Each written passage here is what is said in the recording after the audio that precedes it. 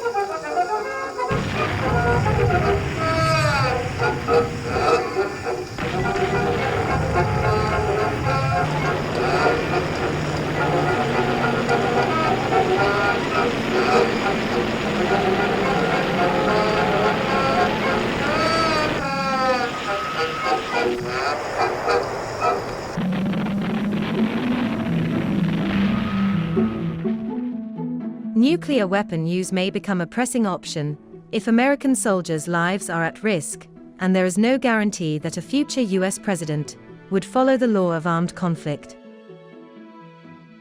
Hence, it is crucial for the United States to have senior military officers who possess a complete understanding of the law, and presidents who care about law and justice in war. In his first radio address after the bombing of Hiroshima, President Harry S. Truman claimed that the world will note that the first atomic bomb was dropped on Hiroshima, a military base. That was because we wished in this first attack to avoid, insofar as possible, the killing of civilians. This statement was misleading in two important ways. First, although Hiroshima contained some military-related industrial facilities, an army headquarters, and troop-loading docks, the vibrant city of over 250,000 men, women, and children was hardly a military base. Indeed, less than 10% of the individuals killed on August 6, 1945, were Japanese military personnel. Second, the US planners of the attack did not attempt to avoid, insofar as possible, the killing of civilians. The atomic bomb, dropped on Hiroshima, was intentionally detonated above the city's residential and commercial center, rather than directly hitting legitimate military targets, to amplify the shock effect on the Japanese public and leadership in Tokyo. Unfortunately, the law of armed conflict regarding aerial bombardment was not well developed during World War II, prior to the adoption of the Geneva Conventions of 1949 and the 1977 additional protocols. In 1945, there was no formal legal analysis of the attack options.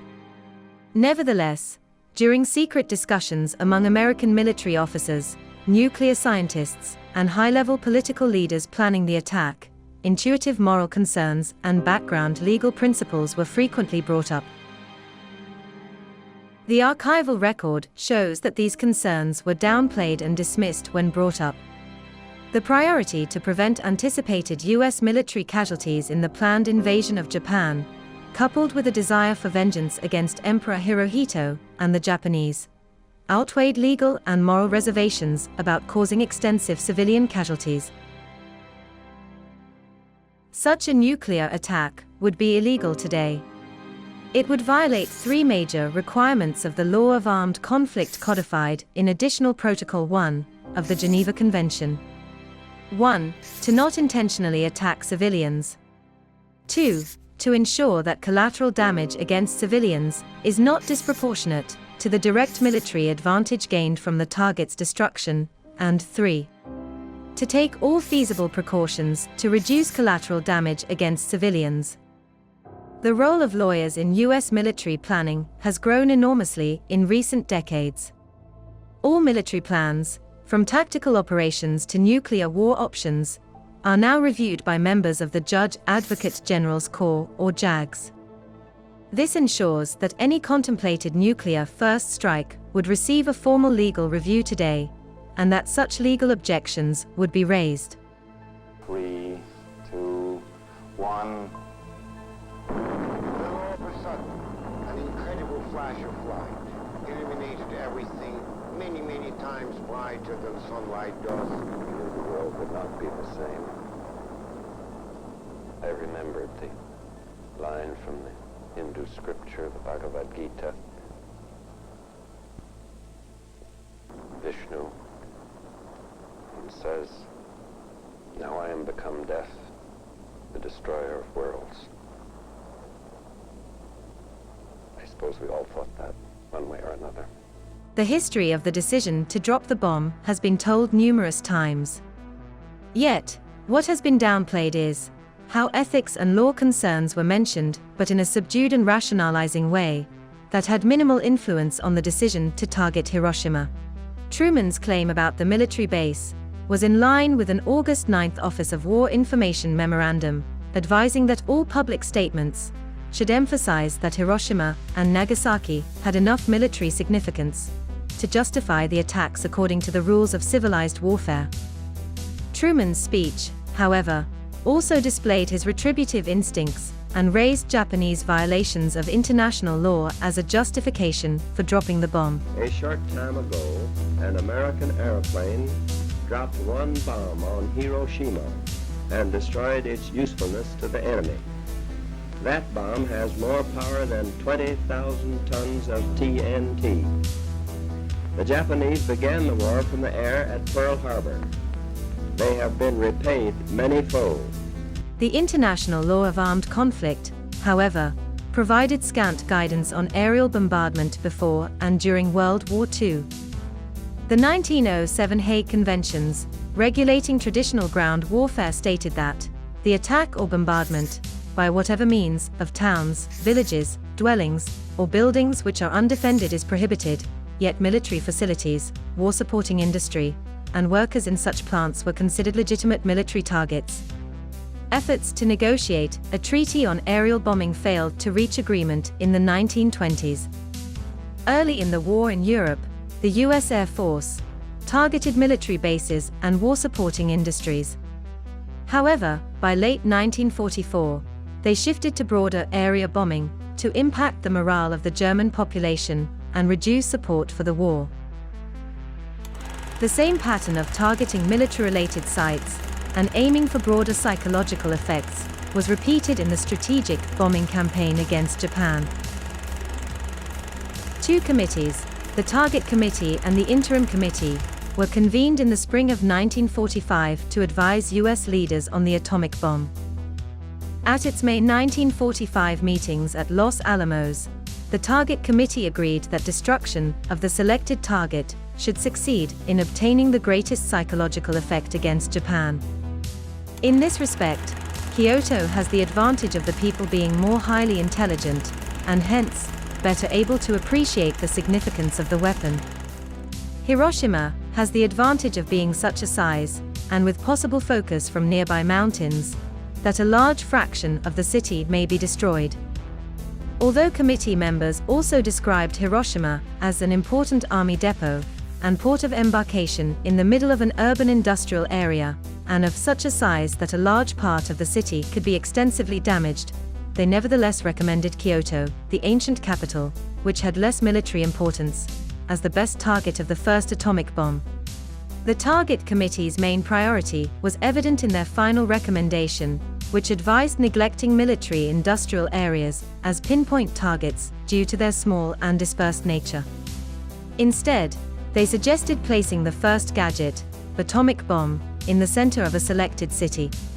The prioritization of maximizing the bomb's psychological impact while still wanting to include destruction of military targets, was also present in the interim committee meetings later that month.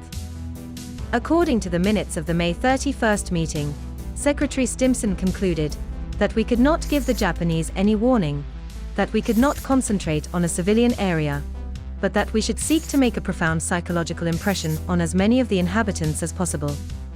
The Secretary agreed that the most desirable target would be a vital war plant, employing a large number of workers and closely surrounded by workers' houses. This was an endorsement of legalized terror bombing. Officials in Washington and Los Alamos had discussed the idea of a demonstration strike, providing a warning and then dropping the bomb on an uninhabited area or purely military target like a Navy base. With many objections raised, if the bomb did not detonate, Japan would be not demoralized, but encouraged to continue fighting. The Japanese might place Allied prisoners of war at the site, and moreover, the bombs had been designed to be dropped from 30,000 feet and explode in the air, rather than closer to the ground or underwater, which would be necessary to maximize damage against hardened targets like a naval base or the Japanese fleet.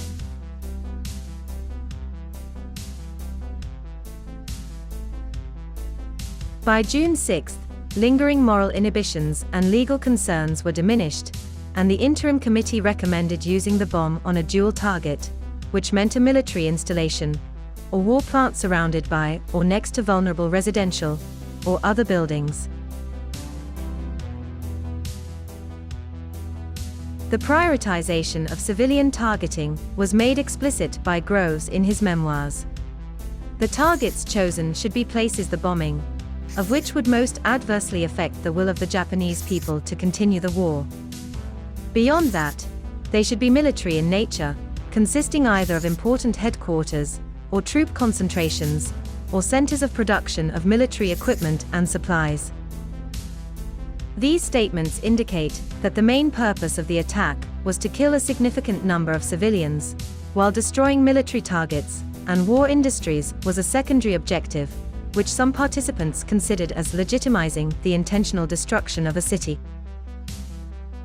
In fact, the crew of the Enola Gay, which in the end was permitted to pick the aim point, chose the easily recognizable T-shape, three-way AIOI bridge at the center of Hiroshima. More than 70,000 men, women, and children were killed immediately. The munitions factories on the periphery of the city were left largely unscathed.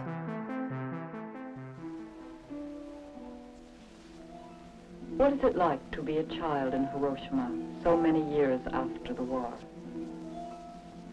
These children look like children anywhere, but the park they are playing in is called the Peace Park. And the monument behind them is the cenotaph, dedicated to the 70,000 people known to have died from the bomb, although estimates go as high as 200,000 or more. It was 8:15 on a hot summer morning, much like this one, when that first bomb flashed through the sky and destroyed the city in its flaming heat. Now children play in the fountain in front of the Peace Museum, which bears grim testimony of what the bomb did to the first city that experienced it.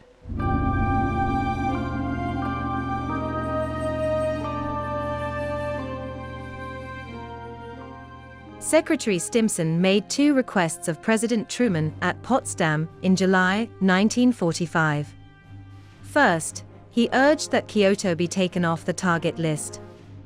Second, Stimson recommended that the United States modify the unconditional surrender terms to signal to the Japanese government that Emperor Hirohito would not be put on trial after the war. Truman accepted his first recommendation, but rejected the second. Truman had committed himself to unconditional surrender in his first address to Congress in April 1945, a speech which also displayed his strong retributive instincts. We do not wish to see unnecessary or unjustified suffering. But the laws of God and of man have been violated, and the guilty must not go unpunished. The U.S. public held similar views. A private June 1945 State Department poll reported that when asked, 36% of the public answered, kill him, torture, or starve him. 24% said, punish or exile him. 17% answered, try him, or treat him as a war criminal, and only 7% answered nothing, or use him as a puppet. With Secretary of State James Byrne's support, but against Stimson's advice, Truman insisted that the Potsdam Declaration not mention the emperor, but simply state that there must be eliminated for all time the authority and influence of those who have deceived and misled the people of Japan into embarking on world conquest, and warned that stern justice shall be meted out to all war criminals.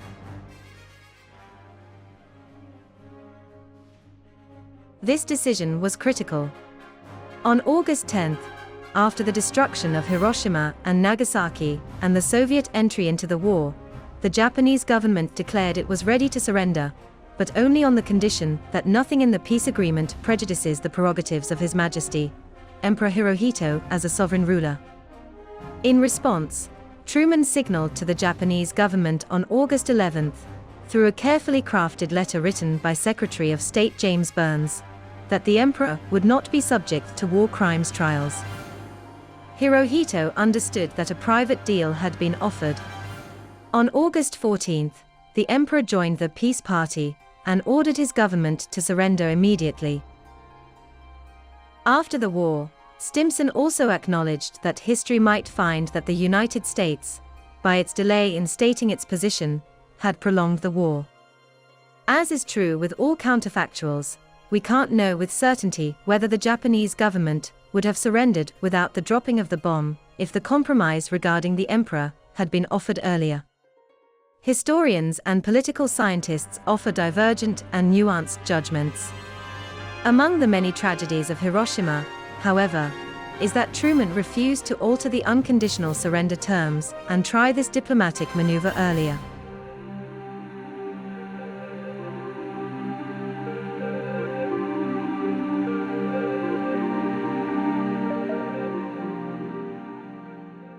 Could a nuclear attack, like the one that destroyed Hiroshima and Nagasaki, be legally justified today? What advice should a JAG lawyer provide to a senior officer if a president issued an order to drop a nuclear bomb on a city in Iran, or North Korea, or another foreign country, in an attempt to coerce its government into accepting unconditional surrender by killing large numbers of civilians? First, the president should be told that although the United States did not ratify, and is therefore not a party to Additional Protocol 1 of the Geneva Convention, the US government has long accepted that the principles of distinction, proportionality, and precaution that were codified in Protocol 1 reflect binding customary international law and thus are legal obligations. In addition, the Obama administration clearly stated in 2013 that these obligations apply to nuclear weapons. All plans must also be consistent with the fundamental principles of the law of armed conflict. Accordingly, plans will, for example, apply the principles of distinction and proportionality and seek to minimize collateral damage to civilian populations and civilian objects. The United States will not intentionally target civilian populations or civilian objects. The Trump administration's 2018 Nuclear Posture Review reaffirmed the U.S. commitment to adhere to the law of armed conflict in any initiation and conduct of nuclear operations. A nuclear attack, intentionally targeting the city center to cause maximum civilian casualties, would clearly violate the principle of distinction in Article 48 of Additional Protocol 1. This principle mandates governments to distinguish between civilians and combatants, as well as between civilian objects and military objectives, and to direct operations solely against military targets. Article 52(2) also clearly limits legitimate military objectives to those objects which by their nature, location, purpose, or use make an effective contribution to military action, and whose total or partial destruction, capture, or neutralization, in the circumstances ruling at the time, offers a definite military advantage. Moreover, the Defense Department's Law of War Manual specifically precludes attacks designed to diminish the morale of the civilian population and their support for the war effort. Senior officers would be legally required, to disobey a president's order to intentionally target the center of a city as manifestly or patently illegal? What if in a future conflict, the president instead ordered a nuclear strike against a munitions factory, a regional army headquarters, or a naval loading dock, all legitimate military targets, inside the city? In this scenario, the principles of proportionality and precaution would apply. The proportionality principle is expressed in Article 51(5) of Additional Protocol 1, which prohibits attacks, which may be expected to cause incidental loss of civilian life, injury to civilians, damage to civilian objects, or a combination thereof, which would be excessive in relation to the concrete and direct military advantage anticipated. Regarding the munitions factory, in 1945, munitions workers were considered a legitimate military target. Today they are not. The Department of Defense Law of War Manual clearly states, provided such workers are not taking a direct part in hostilities, those determining whether a planned attack would be excessive must consider such workers, and feasible precautions must be taken to reduce the risk of harm to them. It's highly improbable that any single munitions factory, except perhaps an adversary's nuclear weapons production facility, would meet the proportionality criteria. Also, it's unlikely that destroying loading docks, or a regional army headquarters, would have a significant enough direct military benefit to be considered proportional. The second part of the Defense Department statement reflects the requirement of Article 57 of Additional Protocol 1, that those who plan or decide upon an attack must take all feasible precautions in the choice of means and methods of attack with a view to avoiding, and in any event minimizing, incidental loss of civilian life. The precautionary principle requirement in this scenario means that it would be illegal for the United States to use a nuclear weapon against the munitions factory, Army headquarters building, or Navy docks if they could be destroyed with high confidence by conventional weapons, which would minimize collateral damage. The President's order should thus be deemed illegal under this legal principle as well.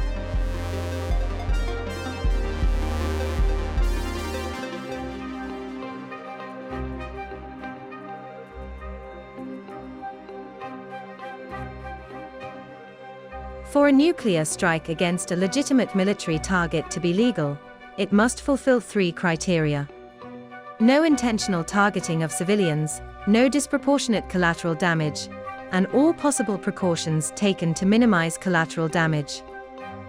Many scholars and pundits argue that the Hiroshima nuclear bombing was legitimate, suggesting that such attacks, including potential future ones, can be justified because they saved numerous American soldiers' lives, despite the cost of many foreign civilians' lives. Some more cosmopolitan scholars, like Gabriella Bloom, have acknowledged that Hiroshima would be considered a war crime today. Bloom, however, argues that the Hiroshima bombing nonetheless could be justified as the lesser evil if decision-makers had used the atomic bomb to prevent even more Japanese civilians from perishing in continued U.S. conventional bombing and an invasion than they estimated would die in the Hiroshima attack. Considering the preservation of American soldiers' lives is a valid aspect when balancing the complex application of the principle of proportionality. And it is also appropriate to consider the lives of foreign civilians who might die in conventional military strikes before a war ends. We think, nevertheless, that such claims about the legitimacy of the attack on Hiroshima or future Hiroshima-like attacks are wrong, because they assume that unconditional surrender was the only acceptable outcome. The principles governing the term states may impose as conditions for ending war, whether thought of under the framework of jus ad bellum proportionality or jus post bellum, comprise one of the least well-developed areas of just war doctrine. The law, too, provides little clarity. The Geneva Conventions are silent on what surrender terms are acceptable to demand of an unjust aggressor.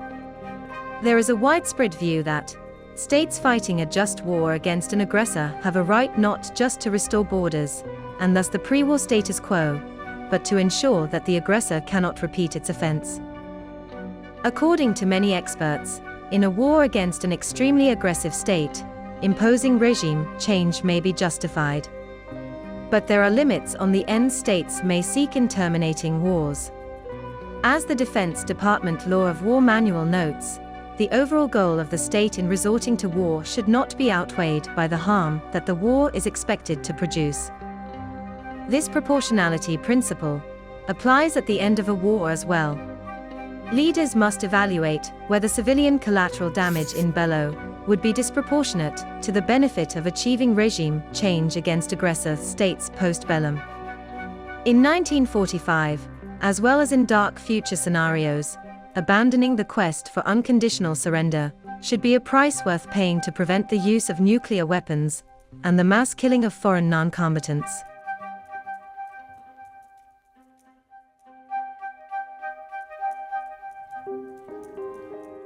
In any future war, if the United States finds itself in a dire strategic situation, like the one it faced in August 1945, contemplating a major invasion of a hostile enemy country, in which many US troops would be killed, there is no absolute guarantee that the law would be followed. In such desperate circumstances, many American civilians would support a nuclear first strike, demands for vengeance would be high, and the political pressures to reduce American combatant casualties would be strong. Legal advice would be one constraint on a nuclear attack, but the rules about how to assess the legality of unconditional surrender demands and how to measure compliance with the proportionality principle in ending wars are among the least well-defined aspects of the law of armed conflict. And it is alarming that a lawyer who served recently as the U.S. National Security Advisor, John Bolton, both advocated for preventive war against North Korea and wrote that Truman acted decisively and properly to end the war by dropping the bomb. Harry Truman's written press release after the Hiroshima bombing not only claimed that Hiroshima was the military base, which would have been a legal target, but it also clearly displayed the retributive instincts and feelings of revenge that colored his thinking. The Japanese began the war from the air at Pearl Harbor. They have been repaid manyfold, and the end is not yet. If they do not now accept our terms, they may expect a rain of ruin from the air, the like of which has never been seen on this earth. Different presidents clearly hold different views about the law of armed conflict, ranging from reverence to flagrant disregard. Different presidents have different retributive proclivities. President Barack Obama discussed just war theory and the law of armed conflict in his 2009 Nobel Prize acceptance speech. Obama also called for a moral awakening in his 2016 speech in Hiroshima. The scientific revolution that led to the splitting of an atom requires a moral revolution as well. Then candidate Donald Trump, in contrast, responded to Obama's Hiroshima visit by tweeting, "Does President Obama ever discuss the sneak attack on Pearl Harbor while he's in Japan? Thousands of American lives lost." Trump's August 2017 threat to North Korea best not make any more threats to the United States. They will be met with fire and fury, like the world has never seen, was an echo of Truman's statement, a thinly veiled nuclear first strike threat. In future wars, public pressures and the all-too-human instinct for retribution and revenge could encourage a president to target foreign civilians or embrace disproportionate attacks. In dire scenarios, law must stay the hand of vengeance. At such moments, senior military leaders must advise presidents on the law of armed conflict and insist on compliance.